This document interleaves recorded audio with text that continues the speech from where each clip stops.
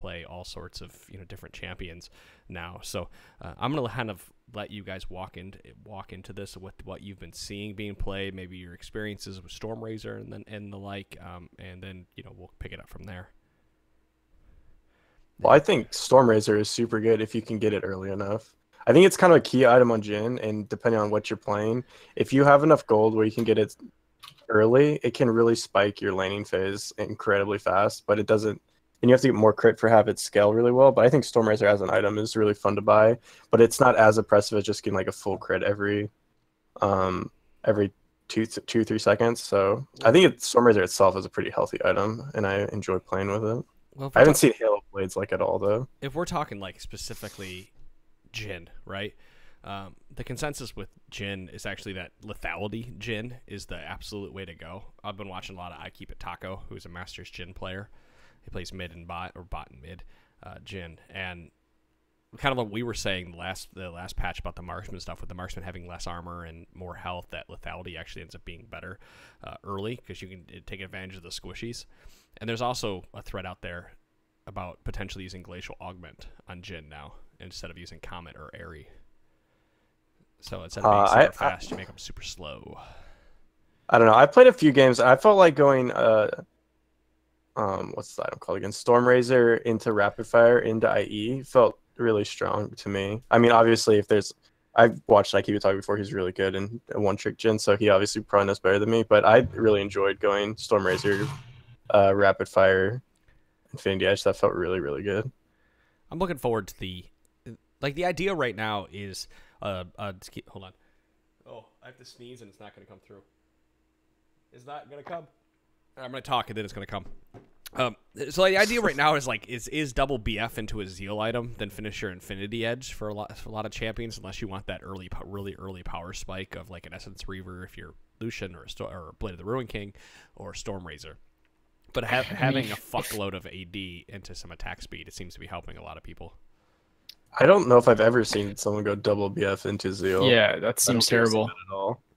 Yeah, like maybe one BF into a Zeal, but it's hard to afford it, especially with champions. The notorious one running around would be Caixa. She's incredibly broken on this patch. Definitely the best ADC. Yeah, and she builds first item Rageblade, and then I think she goes Nashor's Tooth second. I'm not 100% sure. Well, that's the thing. Like a lot of those champions right now are building Rageblade early. I know the numbers don't show for Varus like globally, but Rageblade Varus, Rageblade Kog'Maw, Rageblade Caixa are all doing right. Well, their builds didn't change at all with the crit, right? So it kind of makes sense that they would be strong. Lucian's seen a lot of success going Blade of the Ruin King. What's the 20% CDR one? The Essence Reaver, and Black Cleaver. Those three items is his first core. I'm not sure in the order. I'm pretty sure go Bork first, and then he just has like not so dueling potential because you can slide around, and the fact that other champions aren't hitting the item spikes as early as before, he doesn't get like overpowered, so he can like push his advantage a little bit further into the game. So I found Lucian is getting a lot of success out of the bot lane too. Draven, that's the champion that you see the double BF into like Zeal items going on, or BF Zeal BF. Well, I feel like because Draven is, I know he's different than the rest of them, but Draven's actually doing phenomenally well on this patch. That's because I think if he gets ahead, he goes BF and then he just gets Stormrazor, and then he already has his axe amplified damage into a crit. He like does so much damage early with that item. You're going early BT with Draven for like the extra shield and dueling potential. Yeah, I'm pretty sure you definitely go Stormrazor first. I don't think you build two BFs. You can, I'm sure, because he has this attack speed steroid. But yeah, Draven's been good for like 5 or 6 patches, probably even longer than that. But I think he's been top tier for quite a few in a row, and the item changes have only helped him. He's just a little tricky to play. yeah, a little tricky. And if you don't get ahead on him, then it's really hard to play him, I think. But if you get ahead, it can be easy to snowball. But like the good Draven players are ones who don't crush lane but still manage to do well in the game. Did you see the thing with the Draven Pyke? If Pyke kills somebody and Draven gets the assist, it procs Draven's passive.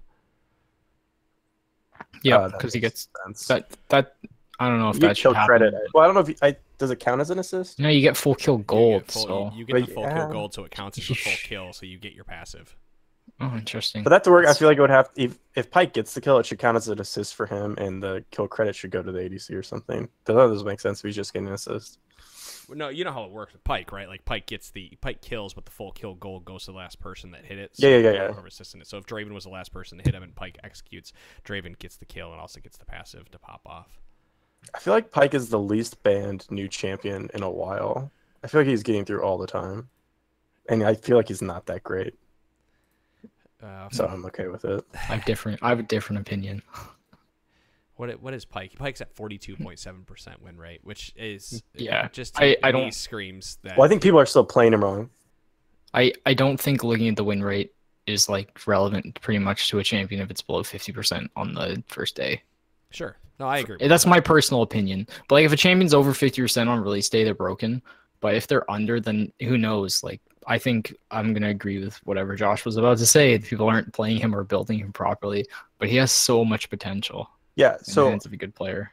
I think you were in the game last night where Bears was playing Pyke, and he just built him full support because his ult scales pretty much the same whether you have attack damage or not. So he just built him full support and used the utility of his kit and used the ult to do the execute rather than trying to just one-hit someone by himself. He just built the support items to give the utility to his team, and then he used his ult because it basically scales the same whether you're damaged or not.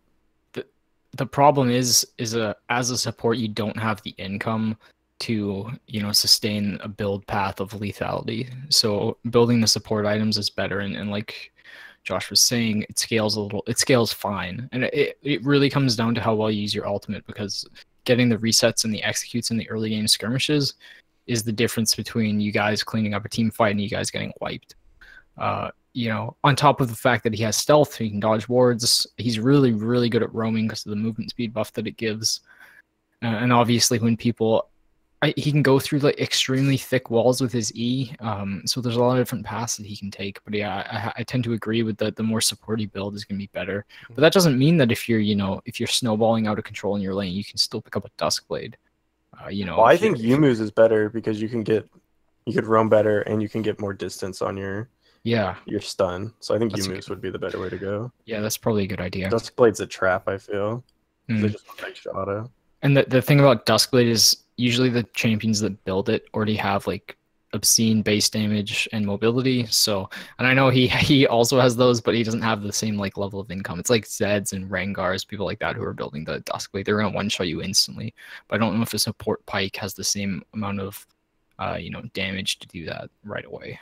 Is the idea that because all his abilities scale off your percent bonus AD, is that why everyone thinks that he suddenly turns into like this weird assassin support? Yeah. That he's basically going in with a support income and trying to do damage and kill people. He's supposed to be like a assassin version of a like budget mage support. He's a budget assassin, So I feel like I've always seen Pyke's trying to start the fight. I think he's so much better as a secondary engage because he's just so squishy. If he starts the fight and he doesn't like hit everyone with his stun, whoever's left is just gonna one hit him because he has like no HP at all and he just melts. Well, yeah, he can have troubles in team fights, kind of like Rakan sometimes, who's fairly squishy. Obviously, Rakan has a little bit more mobility, so you can make trickier plays with him. But initial engaging can be really tough, unless you're going for a pick, at which point he's one of the best pick champions for support, because the E into a flash, like a Shen taunt, will stun whoever you're following, and then you can easily get a free kill. But yeah, full team fights, like if you're 5-on-5 and everyone's itemed up, and you're just like an under gold, sort of like an economy level support gold assassin wannabe. Yeah. Like you only have half the gold of your mid laner, but you're also building assassin items, and you try to start a fight. That was like an 05 Zed trying to start a fight. This is not going to work out for you. So I don't know. I think you just need some more practice in figuring out. I mean, I understand the idea behind going lethality on him instead of full support items, because support items generally have a lot of extra base health. And he's converting his health into extra AD because he can never gain health outside of what he's gaining per level. So I kind of get the idea of foregoing any extra health through the items, but it's like what you're saying. What it comes down to with him is that he can't engage a fight very well because if he does, he dies. So but his kit like totally is set up for, I am going to protect my AD carry. I'm going to peel. I'm gonna, I'm leaving essentially he can leave a line of a place where someone can stun through, and then he can start executing and turning that around. Hell, he's one of the only supports, right, that his hook has 2 options on it. He can slow, or he can grab you with a hook. Like Thresh and Blitz don't have that option. So in the middle of a team fight, if you miss it, you're SOL. And unlike Pyke, you're not. You know what I'm trying to say? He's got a lot of utility in his kit outside of the damage that he can do, the potential damage. Yeah, which is why I think it incentivizes not building damage even more, even though he doesn't get super healthy. Yeah, and like he's a very strange champion. Like we haven't really seen an assassin support, one that was designed to play the role before. And I think it's just going to take quite a while, sort of like a bard level thing, to figure out how to play him to perfection, because I think a lot of his power is going to come through how he roams in the early game with his jungler. Definitely, because they can be a powerful duo. But right now, yeah, you're going to see a lot of bad Pykes. I saw a couple today in my ranked games. Oh, nice 07 Pyke, Bad Pykes ever. If he gets behind, he's almost worthless. I pretty much you like 2-shot him if he's like doesn't know what he's doing. He's got a pretty poor laning phase, doesn't he? Like comparatively, because I don't think so. If you have an ADC who can help you, if you have like a scaling ADC, I don't think it would be very good. But he has a lot of utility. Well, the reason like level 1, level 2. The reason with an aggressive support, or an aggressive AD, he's good. Well, here's the reason I say he's good. Okay, in a different world, he may not have a bad laning phase. With all the Pykes that I've seen through all the streams and whatnot are actually being abused because the ADCs that are powerful are early heavy damage, poke ADCs. And it's hard for Pyke to engage without getting blown up, because again, he's not getting any extra resistances through building damage, so it's really easy to kill Pyke, and it's also pretty easy to dodge his E, right? You dodge his Q, you've dodged everything, and he telegraphs Q forever, more so than any other hook champion. Which is but you can still get out of the bushes, right? But that's why I think he's best with champions that are like really aggressive in lane. So like Jhin, he's great with, because the Jhin has setup for his E. He's probably really good with Ashe, who can slow people down. He's great with Lucian, who's a fairly aggressive laner. Obviously, he's good with Draven, because if they try to focus you in a fight, Draven could probably clean up a double kill. He's a lot worse with people like Twitch and Kog'Maw, Jinx, Vayne, these kind of Caitlyn, these kind of champ. Maybe not Caitlyn, but the rest of those guys who are trying to scale up to late game, like you said. He's not going to have the same level of impact just like an Alistar would in laning phase, or even like obviously Soraka or Jan or something. Yeah, I don't think you pick Pyke with any ADC. I think you either need to have someone who is super aggressive in lane, or someone like an Ezreal who can just farm super way back, and then you rush Moby Boots and run around the map. Yeah, I don't think you want a scaling AD in your lane with Pyke.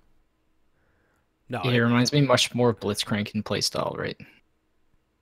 Like heavy. It's like a weird alley Blitzcrank combo thing. Yeah, it's a bit strange. It's not tanky at all. And Darius, I guess. But alley Blitzcrank Darius is love child.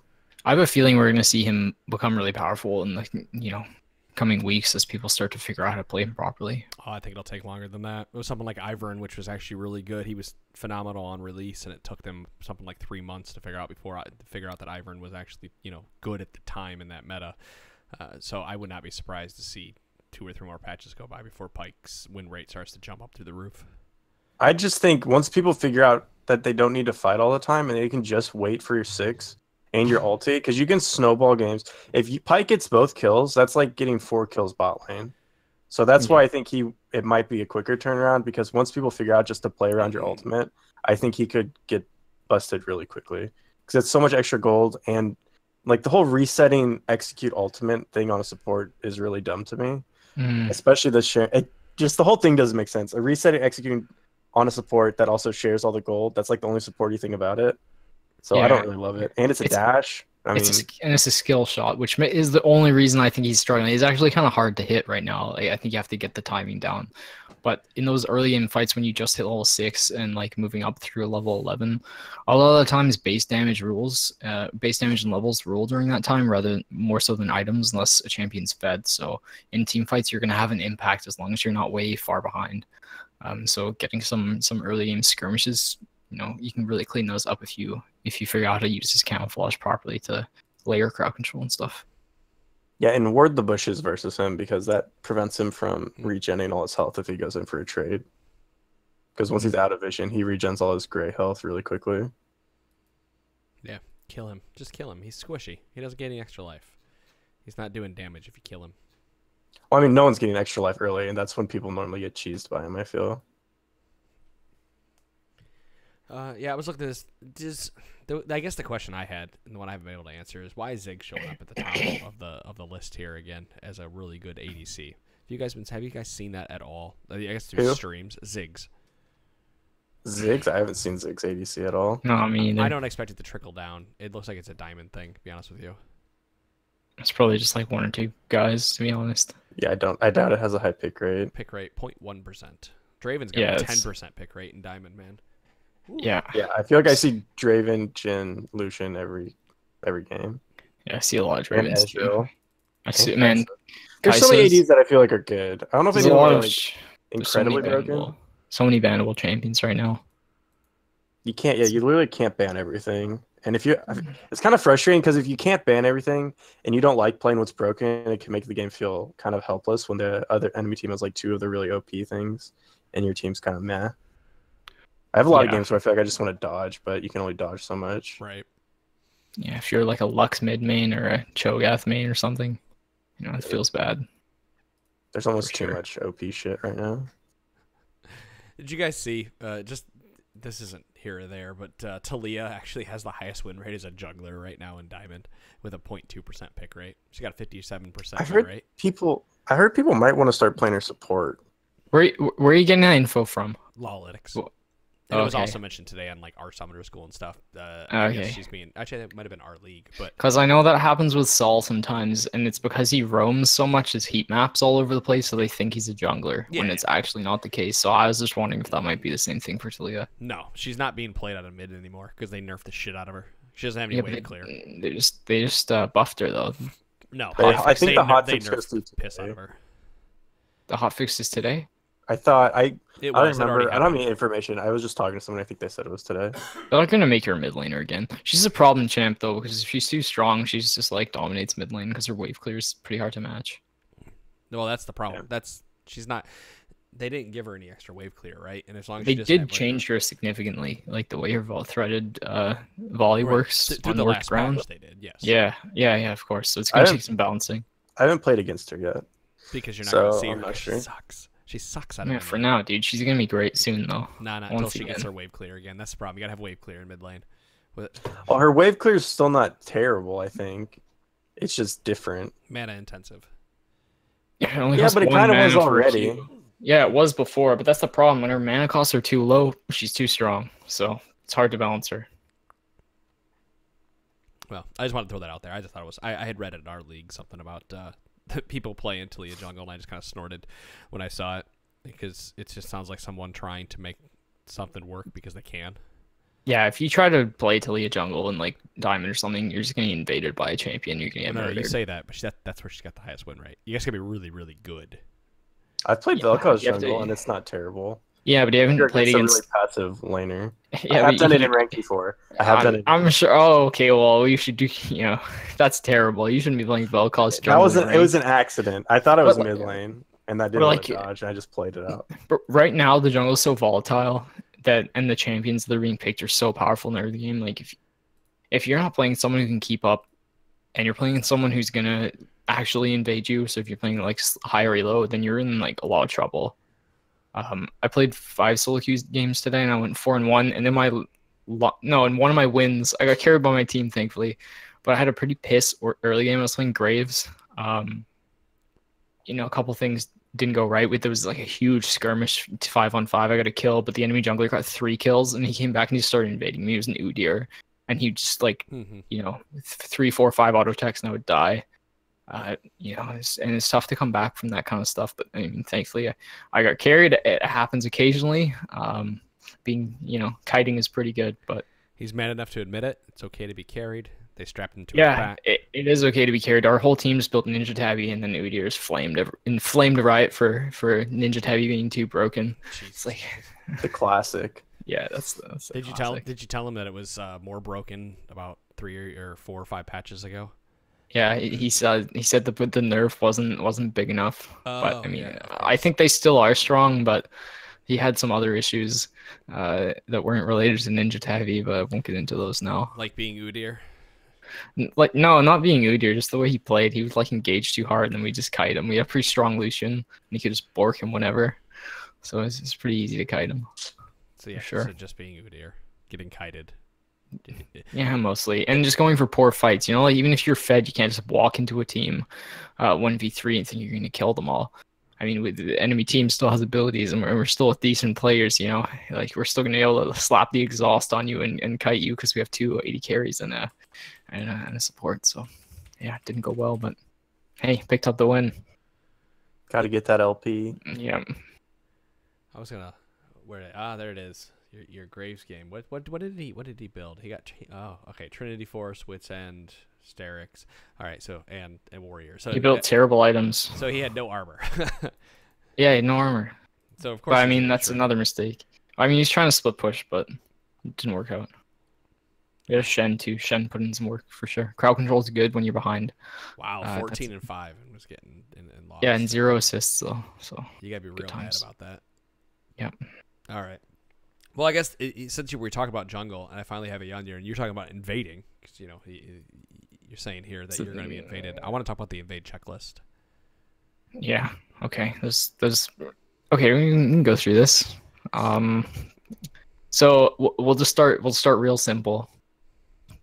So there's sort of 2 things. First of all, you want it to be as low risk is like as high reward as possible when you're invading. Invading used to not be a very good strategy last year, but it is quite good now. And especially with how early aim focused the jungle is, it's pretty important to be able to pick these leads up. So first of all, having vision of the enemy team is key. So you want to look at your map, and the target that you want to see the most is the 80 not the 80 carry, the jungler. You want to see where the enemy jungler is. Because wherever they are, you know that you can go where they're not going to be. So if they're getting bot side, you see them, running down your 80 carry and support. You know their top side is going to be safe. Maybe even their wolves would be safe if that's something that you'd be looking to go and get.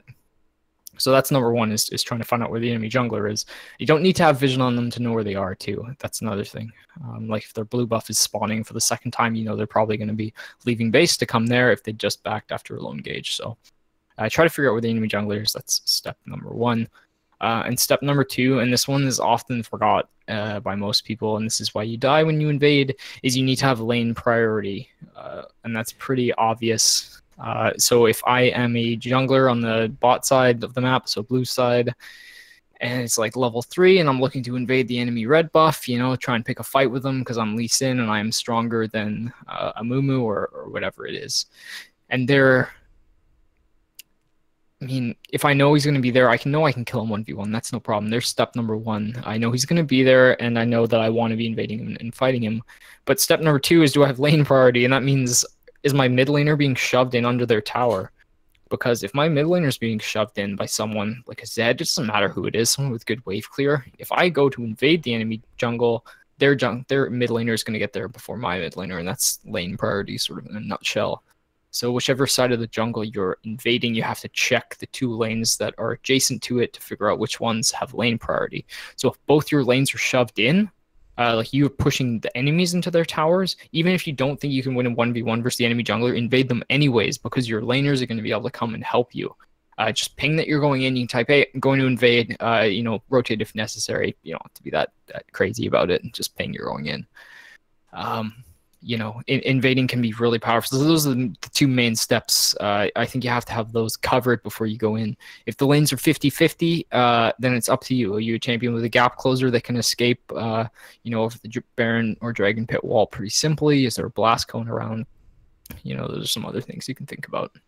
Yep. Mid laners, it's your responsibility as well to pay attention to what your jungler is doing and how your jungler is reacting to the enemy jungler. Because being the lane that you're in, you're going to be ganked quite often and potentially early as well to at least get an early flash blown. And so that getting your flash blown also decreases the amount of lane priority you have, even if you're still able to shove in. because if you get into a skirmish, you know, there's a possibility you're dead because you don't have flash. So you have to, as a mid laner, you really have to pay attention to wards and help ward for your jungler to figure out where the enemy jungler is at. There's the whole way of playing around the enemy jungler, and while all lanes should be helping, it's really up to mid and jungle to, you know, track the enemy.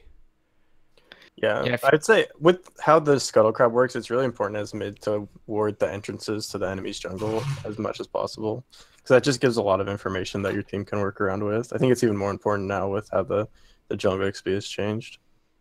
Yeah, because it provides safety and information. This patch, like last patch, it's all about those level 2 power spiking junglers. You're seeing red buff into gank. It's just because it takes an extra camp to get to level 3, so it's more effective to start getting fights in level 2. So you're going to be ganking level 2 laners or level 1 laners ideally.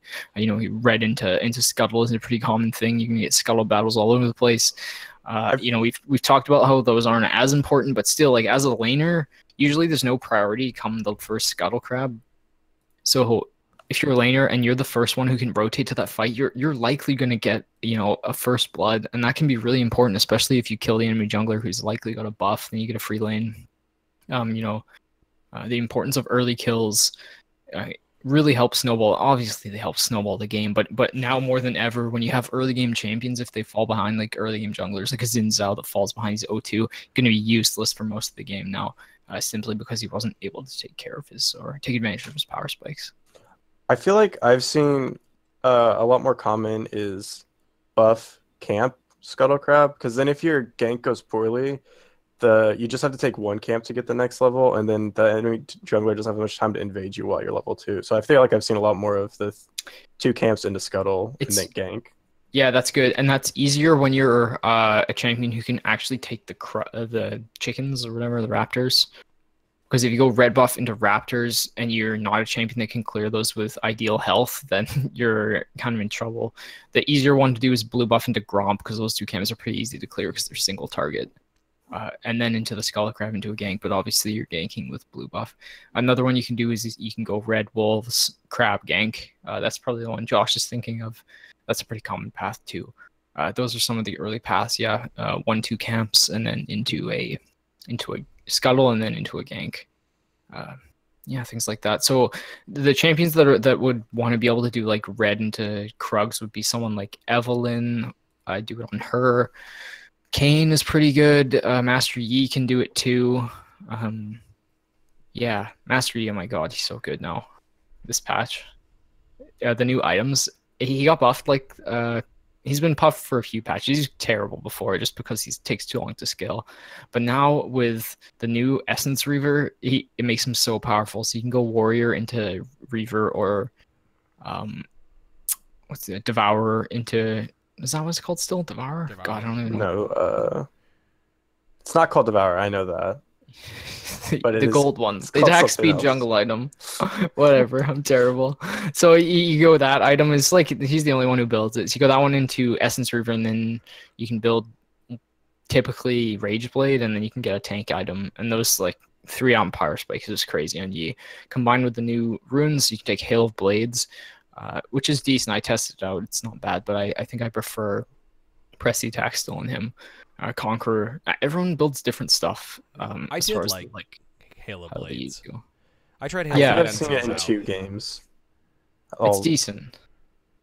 I've heard that you can take it like on Jax to stack your passive quicker and things like that, but I feel like no one's taking it. Everyone's still like stuck on Conqueror.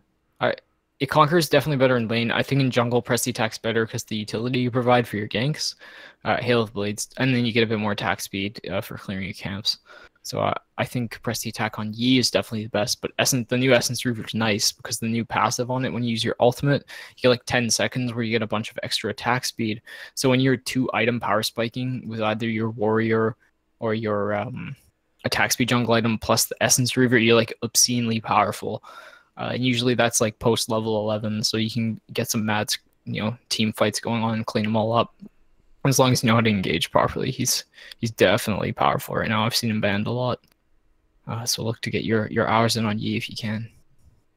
For sure. Is I was thinking like if Rengar jungle or other assassin style junglers. Is it Stormrazor Duskblade right now for like the insane amount of bursts you're doing up front? Yeah. I No, I haven't seen that. On Rengar, yeah, you take Stormrazors on Rengar.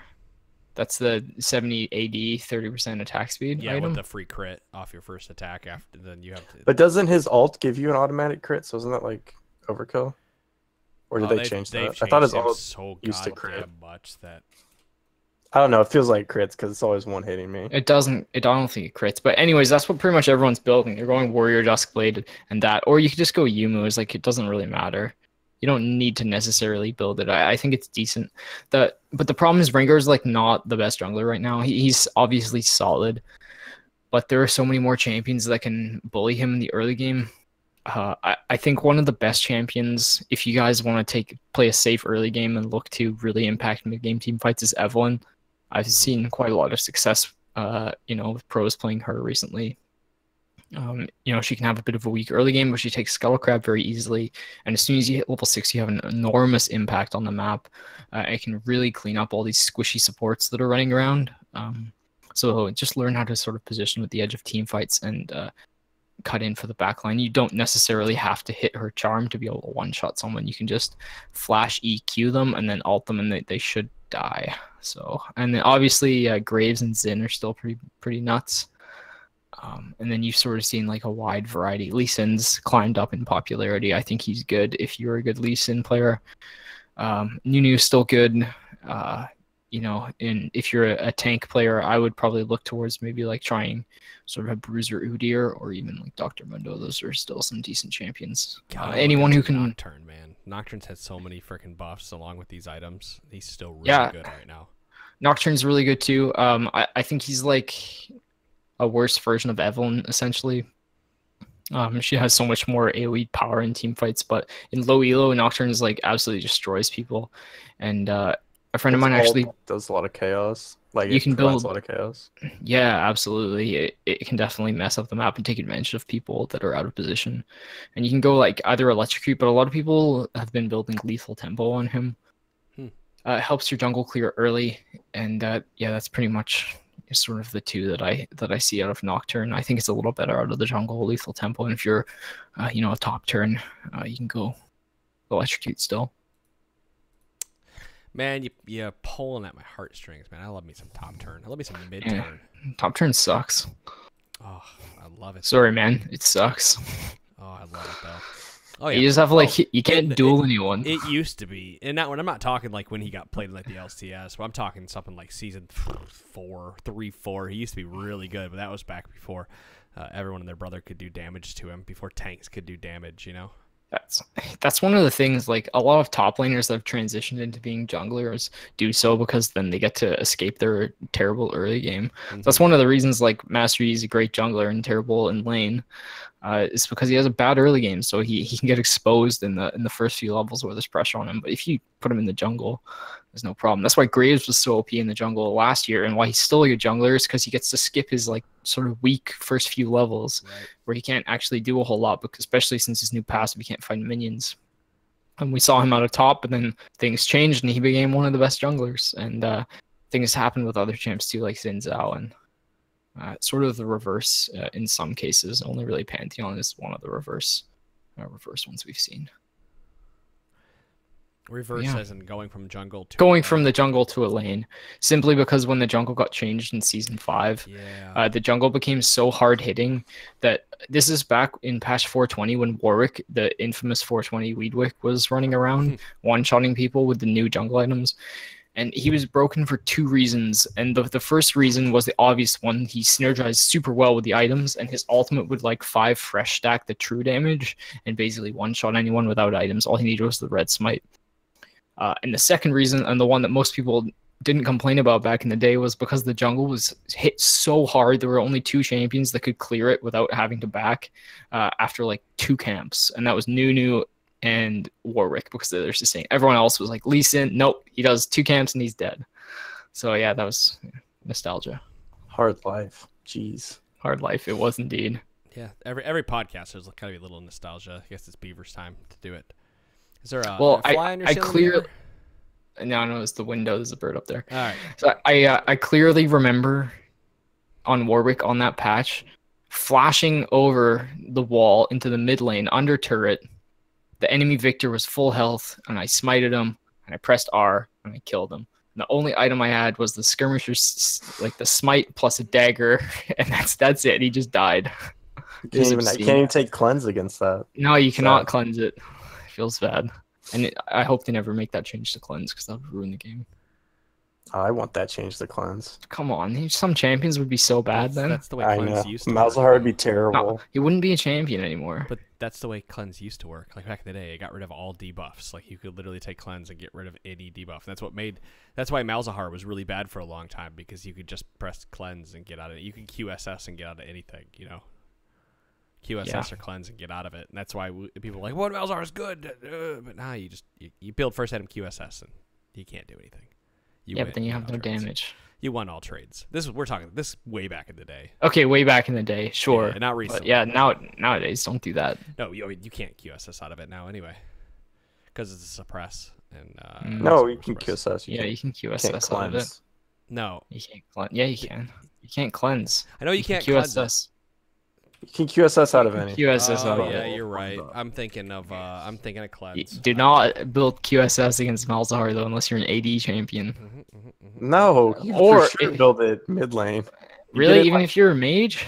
Yes.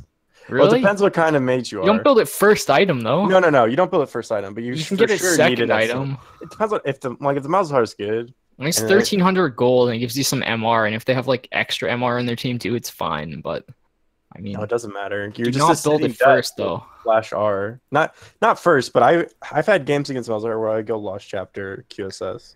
All right. You're just a sitting duck every time he goes ultimate. You take a free kill. I respect. I'd have to, decide which champion you're playing if that's okay. Oh yeah, I've seen stuff like that, like silly things where you don't get any extra damage, like Jin rushing Swifties out of the bot instead of rushing into damage and lethality because he's doing enough damage early. The extra Swifties give him damage though because of his movement speed. Right, but you're not. So it's not direct movement speed, right? Because you don't get the movement speed until you crit. Okay. Or W. If you hit W, you get movement speed, of course. Because you get movement speed toward the person you W. But boots also count as like resistances in my opinion because it lets you dodge skills. So that's something that people don't understand. Well, I've had like builds against Malzahar. I've literally gone Mercs, Lost Chapter, QSS. It depends, like if I'm playing Vigar, I'm not messing with that. I just want to farm and not die. Yeah.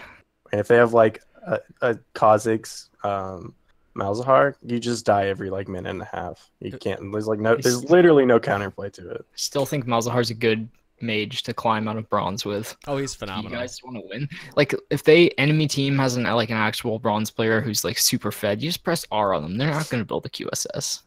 10-0 Master Yi, no problem. Well, in bronze they'll build the QSS and they won't use it. Exactly. I think Malz is great still for those kind of people. Sure, those kind of people. What do you mean those people? Jesus Christ! Come on. He's still good at higher elo too. It's a little easier to punish because he can't really move. No, he just shoves for days though. That was the best part about him. He can shove. He shoves and move. Predator Malzahar. Predator Malzahar. I can see it. Then roams and he comes flying out of the bush. That's good times. Is there any other jungle questions you had? Oh, I think you hit it. A couple of these jungle questions were like old school R Summoner School posts, and I was like, oh, you know what? Those are pretty good posts. I think people should, hear these or at least read these, and we'll talk about them on the podcast. But the last one I had here was, how do I get my jungler to gank for me because they're never in my lane? Are you pushed up to the tower? This is pretty. I mean, this is a complex question because some junglers just won't gank for you, no matter what, just depending on what kind of people they are. But if your jungler has some idea of what he's doing, this is basically a simple checklist, especially when you're in lower elo. Junglers won't look for dives because, dives typically go poorly and they have been sort of taught. The closest comparison I can have is like, you teach little kids that you can count to 100, but you can't count into negative numbers. Like when you're learning the fundamentals of jungling, there are some subjects you just completely ignore until you have the fundamentals down. And one of those things is diving. So, and probably split pushing. There's a few other things that you sort of put to the back of your mind before you get the basics out of the way. So a lot of junglers won't even haven't got past those first steps. So they won't look to dive. So pushing up all the time can be dangerous, and it's not going to help you. But when when the wave's sitting in your tower, your jungler is much more likely to come up there. Because put yourself in their position. You've got 3 lanes. Okay, I'm jungling right now. I'm taking my red buff. My mid laner, they're shoved right up to the tower. It's Malzahar oppressing this, Taliyah. Okay, no gank there. All right, bot lane. Let's have a look. Bot lane. What we've got? Oh, look. Draven and support Vladimir pushing them under tower. So that's a no-go as well. And then you look top lane, you're like, oh, look, my my Shen is getting pushed under his tower by Darius, or they're close to his tower. Oh, that's a good gank. We can go up there. So the mindset is always whoever is the most overextended is the most gankable.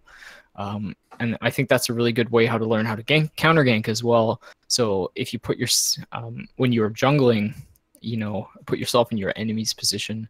If you're on the team with the Darius who's pushed up, you don't really have to worry about your other 2 lanes. Yeah, you could gank there, but most likely the enemy jungler is going to be going top lane to gank this overextended lane. So if you keep your wards up in the extended lane, then that's going to give you a lot more counter gank opportunities. So I always tend to ward more for champions that automatically push. Like Darius is a good example of one of those champions.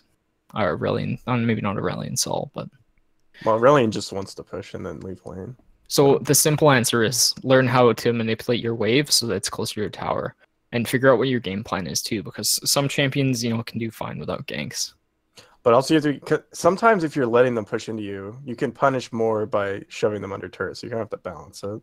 Yeah, you are going to have to balance it.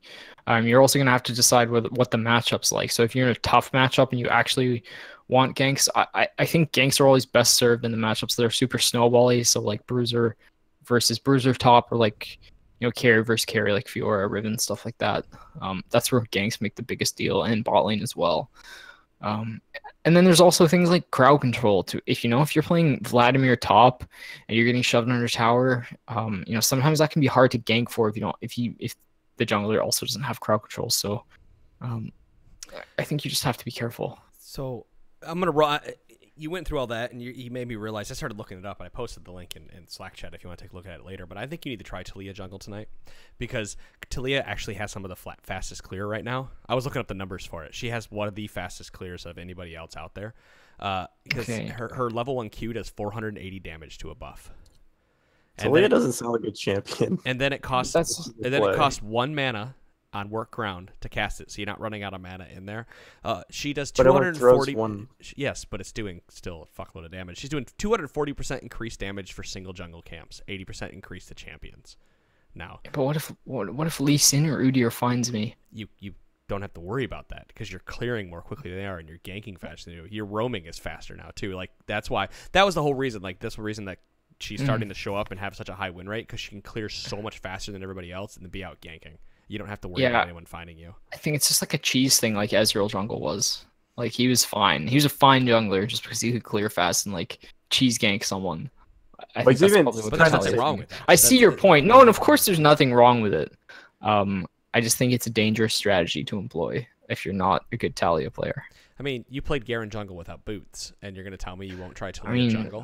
That was on the normal, so... And Garen has dueling potential also. Yeah, it's true. I didn't say... So does Taliyah. I mean, let's be fair here. Taliyah actually has... If you think about her kit, we're removing the enemy jungler, Taliyah jungle actually has a really, really good kit for ganking, for one. So does a really good kit for... So does Braum. Right, but Braum can't fucking clear. Taliyah actually can clear now, right? That's the difference. Height! When he's smacking the camps, man, Braum's a great jungler. If only he had AoE, he'd be a tight jungler. You don't need obviously you don't need AoE if Taliyah's doing it. Well, I mean, she has AoE obviously through. She does have AoE. I know she does. No, I see what you mean. Like if you have a fast jungle clear and you have gank potential, you are now a jungler. Congratulations. Congratulations. Yeah, I understand. Like I'm sure she's a fine jungler. I just think that her dueling potential is really low.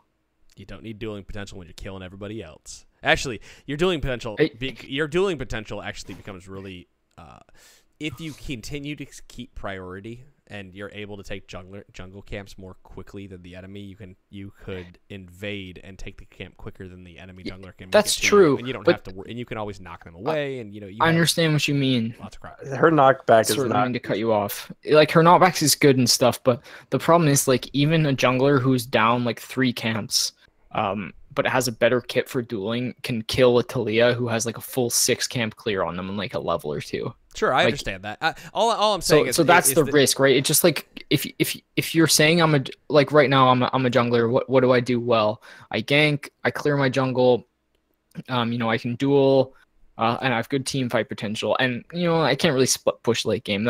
So I have 4 out of 5, or I'm a very well-rounded jungler. I'm a Xin Zhao, I'm a Lee Sin, a staple like Udyr. They have weaknesses. In Lee, it's his late game and his mechanical difficulty. Udyr can be kited, things like that. But if you're Taliyah, you're like, yes, I have a great jungle clear. Yes, I can gank well. Yes, I can team fight well, but I cannot duel the enemy. I completely disagree. I think she duels really well because she got a significant health increase. She got like 30. She got more than that. No, I think it was like 500 to 530 something. I think it was 502 to 538. The thing about like junglers are usually the best junglers are always jack of all trades, so they can do like multiple different roles depending on how the game falls because the role is always so versatile. Your team can be behind and all you need to do is gank to get them back up, or you could be doing well and you want to be invading and looking to duel, things like that. So the more versatile your kit is, the better jungler you typically are, which is why you always see champions like Lee and Rek'Sai, dominate pro play.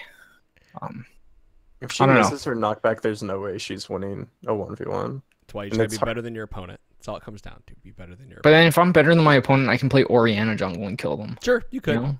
But the difference here being that Taliyah is always going to clear faster.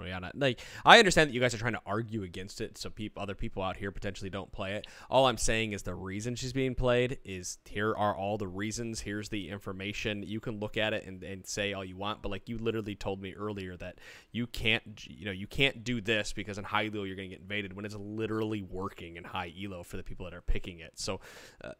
You kind of just the stats contradict what you're saying, but I agree with I agree with what you're saying, and generally I would. I'm just throwing that out there that as of right now she's doing really, really well, and I think you should at least try it in a normal game.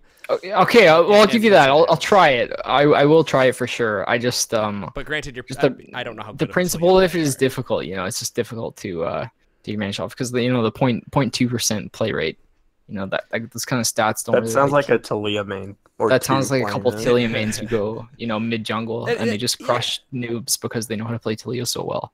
Hey, if I know if I walked out there and I was a jungler main and I tried to play Taliyah, I would do fucking terrible because I can't land that EQ combo to save my life. I can't do the pop-up. I understand how hard it is to use, and so I couldn't play it, but I can see the merits and why some people that are good Taliyah mains and potentially good junglers can play it.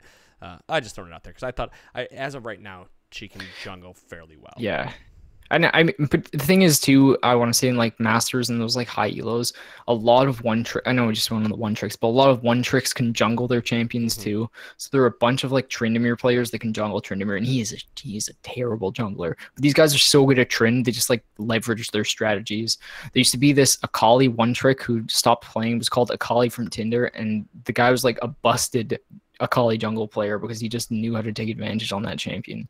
So high quality stuff. Don't we all strive to get to that point where that we can do it all, and that we can make the champions work so well that we can play it anywhere? Sure, if we want to be a one trick, but a lot of people get enjoyment out of the game by playing like 40 different champions.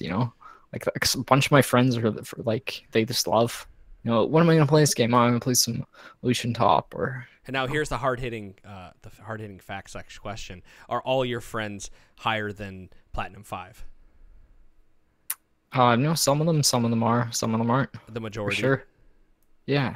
But I mean, it's like been proven that the best climbing strategy is to focus your champion pool. That's really my point being made there. And I'm gonna be honest with you. I'm being contradictive, and I'm also trying to argue with you because I can, and not necessarily because I believe I'm just trying to say at the end of the day, it's a game, and you know, if playing 40 different champions is what you enjoy, then by all means keep doing it. And if all you want to do is climb and you get enjoyment by winning, then focus your champion pool down and do that. Get out of but here either with way, your positivity and shit. No one wants.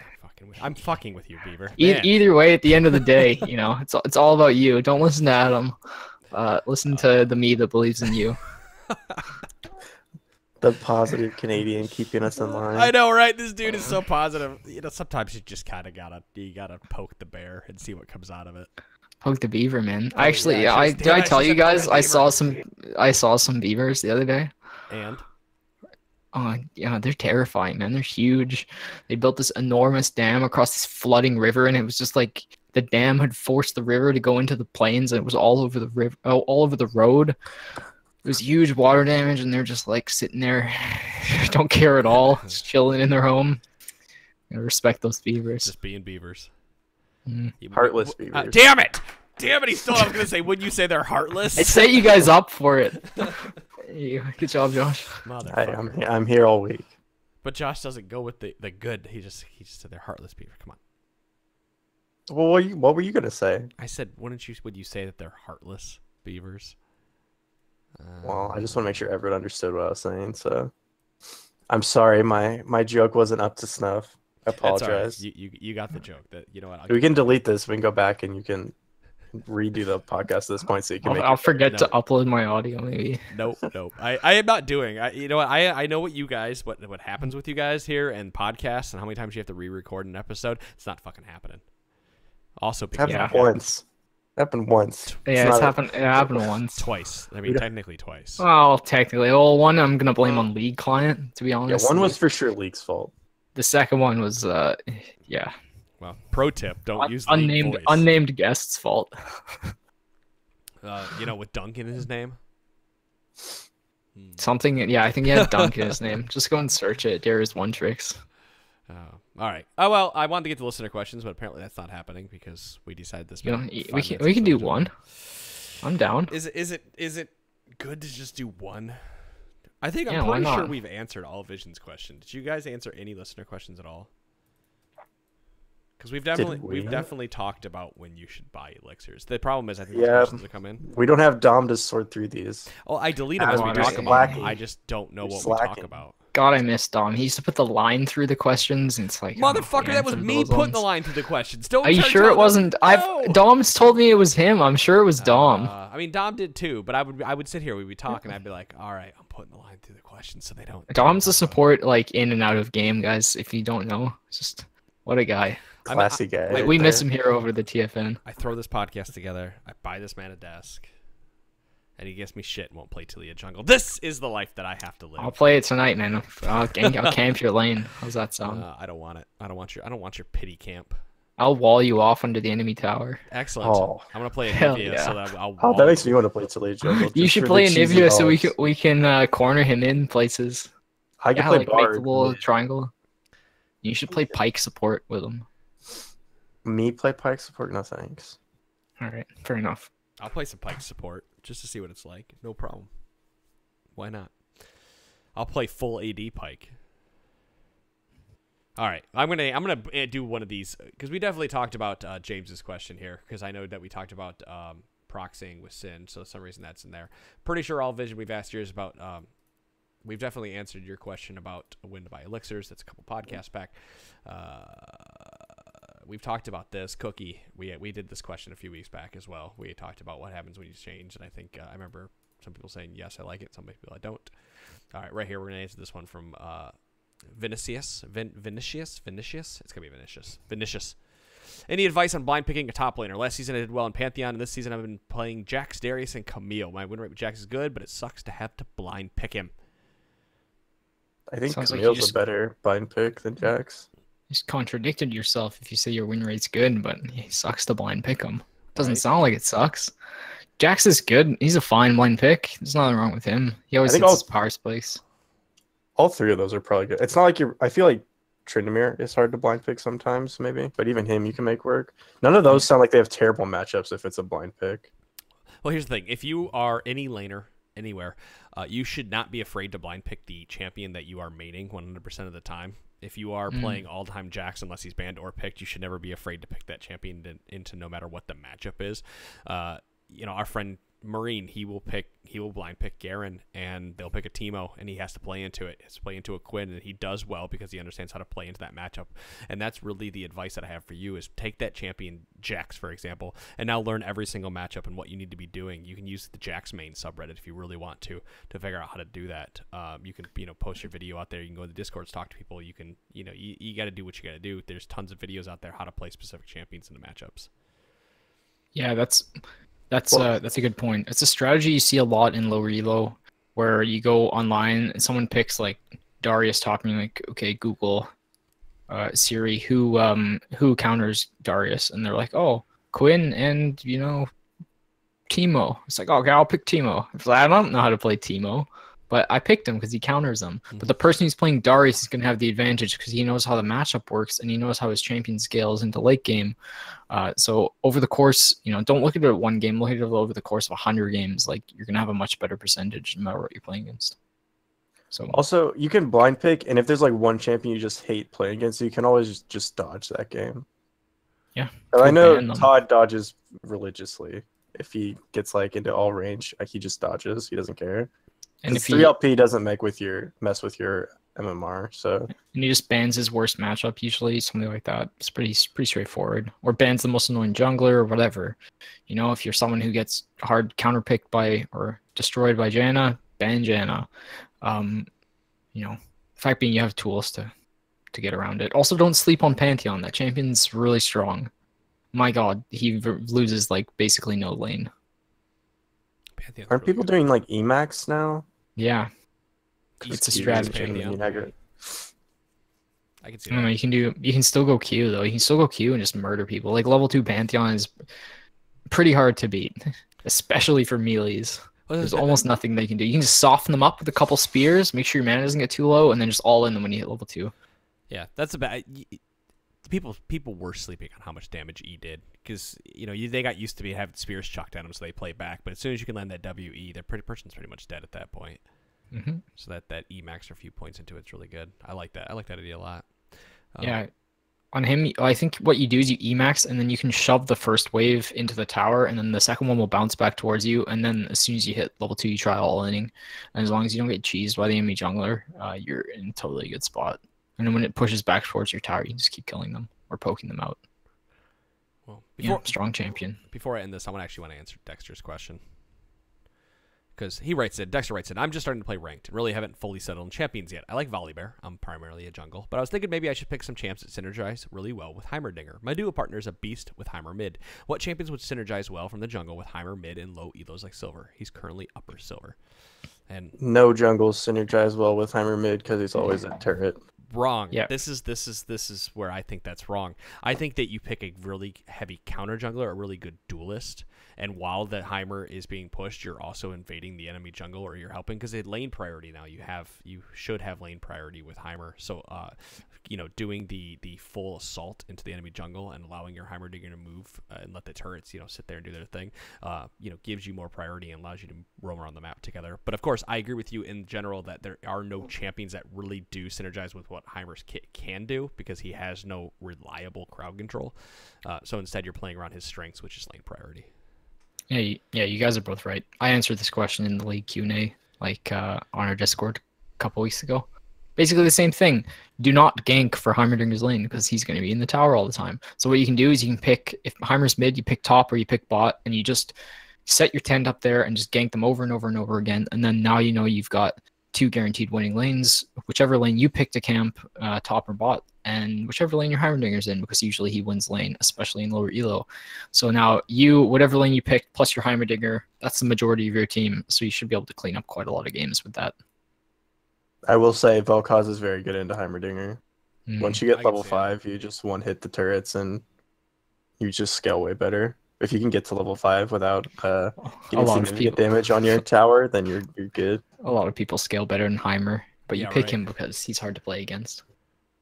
It shouldn't be that hard as long as you don't let the Heimer set up turrets early. Like you don't let the Heimer set up the turrets in the lane. It's not too hard to start killing his turrets that he has. If you're jungling against Heimerdinger and you're struggling against him, there's 2 strategies that you can use.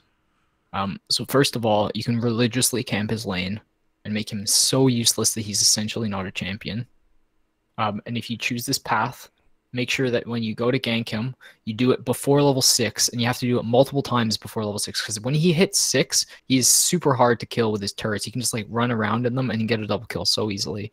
So smite the turret before level 6, save a smite the turrets. Now you've got 2, which aren't going to kill 2 champions, and then you try and pop him, make him come back to lane, blow his flash, kill him over and over and over again. So you camp him religiously, or 2, you ignore his lane and gank the other lanes because you'll know he'll be useless later. Pick one of the 2 options. I personally prefer to camp him. Awesome. Cool. Is there? Go ahead. Yeah. No, I was going to say, is there a worse champion one behind than Heimer? That's an interesting question. That's a thinker. I mean, I think you could make the argument that Teemo is just as worthless as Heimer when he's behind. I understand that he has a blind in his kit, but that's really all he has. Just like all Heimer would have at that point is a stun.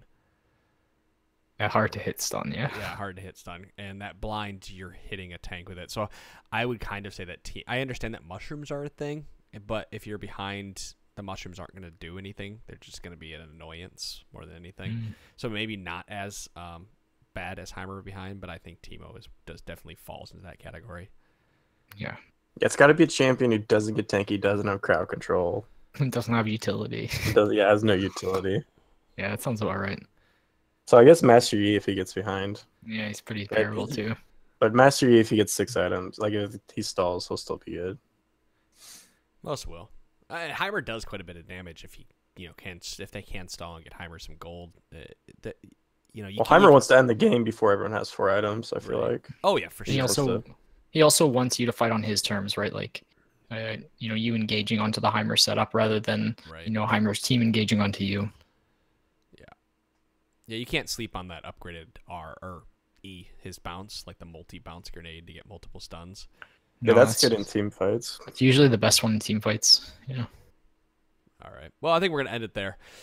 We'll come back on Wednesday. I don't know what Beavers has planned for you guys on Wednesday, but I believe that he'll be around to host. Maybe yes, no, who knows? We'll find out. You see that at Marine. I'll be here. I don't know what he'll be bringing. He'll probably come in and tell you guys about how much he doesn't like Taliyah jungle and how wrong I am. And I'll tell you about it because I'm going to play it tonight. I'm going to do a solo jungle episode. Next episode about the fundamentals of jungling. So like every other episode that you're on? Basically. Sounds about right. All right, guys. Thanks for listening to Trinity Force Podcast. We appreciate you. You will catch Vrail, Heartless, and Bears at least on Wednesday.